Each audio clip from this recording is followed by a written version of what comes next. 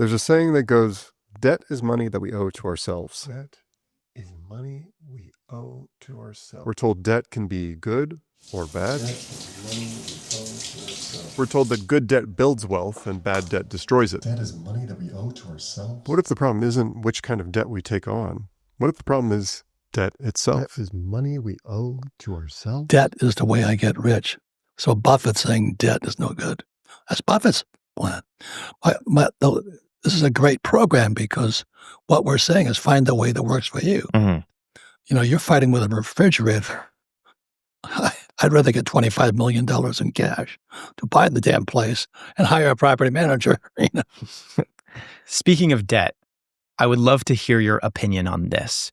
We had Dave Ramsey on this podcast, and I asked him a question. I want to hear your thoughts on his response. If you could borrow $1 billion, 0% interest for 10 years, would you do it? No. Even though you could put it in treasuries and pay off after the 10 years. You could lock in 10-year treasury right now, 10% or 5%. No. It's not worth it. I don't borrow money. There we go. What do you think about that?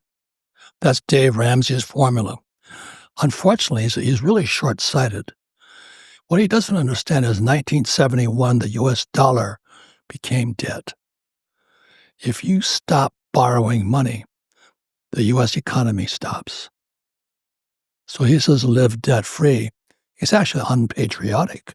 I borrow money as a patriot because when I borrow money, I create money. So how does that work? Debt is a claim check on the future. When you take on debt, you're saying, I will work tomorrow for what I want today. Maybe it's a car, maybe it's a house, maybe it's a latte. Whatever it is, you're receiving the goods or service on the day now for payment of your time later on. Now, what if it wasn't just you taking on debt for the thing, but the very dollars that you took out are debt itself? What then? Well, that's the current system that we live in. Are you telling me that the debt I'm taking out to buy the thing is also debt itself? Yes, that's exactly what I'm saying. When the Fed creates new money, it doesn't literally print bills. Well, most of the time. Instead, it buys U.S. government debt or treasury bonds using money created out of thin air. The U.S. Treasury issues a bond, an IOU. The Fed buys that bond, crediting the seller's account with new dollars that have never been in existence before. And now those dollars circulate in the economy, but they're backed by a debt obligation, the Treasury bond. So the base layer of our money supply is a promise to repay, a liability on the government's balance sheet. Every dollar in existence today was born as someone else's liability. In a debt-based monetary system, the money itself is debt, as it's implied in the name, debt-based monetary system. When that's the foundation of your system, the only way to keep it alive is to create more of it. Bad debt is everywhere. It's the credit card bill you can't pay off or the student loan that outlives the career that it bought. It's debt taken on for consumption, not production. The irony is that our entire financial system is built on the same kind of consumption debt. Governments fund programs that no longer yield returns. Corporations borrow to buy back their own stock. Consumers borrow to feel rich in a world that's quietly going broke. Now, there is such a thing as good debt. Good debt is leverage that produces value more than it costs. A tractor for a farmer, a machine for a factory, a rental property that pays itself off. These are all examples of good debt. But even good debt depends on one thing, a stable unit of account. If the dollars you owe are being printed faster than you can earn them, then your leverage turns into a trap. Good debt turns bad the moment money loses meaning. If you tried to pay for something with a piece of paper, you might run into some trouble. Unless, of course, the piece of paper was a $100 bill. But what is it that makes that bill so much more interesting and valuable than other pieces of paper? After all, there's not much you can do with it. You can't eat it. You can't build things with it, and burning it is actually illegal. So what's the big deal? Of course, you probably know the answer. A $100 bill is printed by the government and designated as official currency, while other pieces of paper are not. But that's just what makes them legal. What makes a $100 bill valuable, on the other hand, is how many or few of them are around. Throughout history, most currency, including the US dollar, was linked to valuable commodities, and the amount of it in circulation depended on a government's gold or silver reserves. But after the US abolished the system in 1971, the dollar became what is known as fiat money, meaning not linked to any external resource, but relying instead solely on government policy to decide how much currency to print. The asset that underpins the dollar is just a promise that's enforced by the world's largest military. We all have to keep pretending the propaganda is true and we're going after the terrorists and we're the good guys. It's like patriotic if you say anything. It's all bullshit. What's the point here? What does victory look like?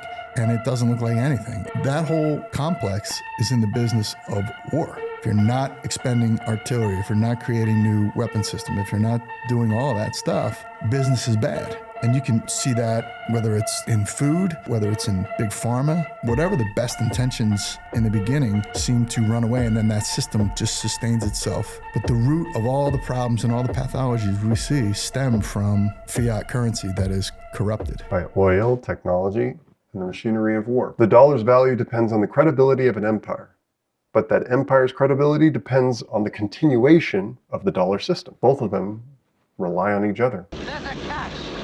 A catch. Sure, catch 22.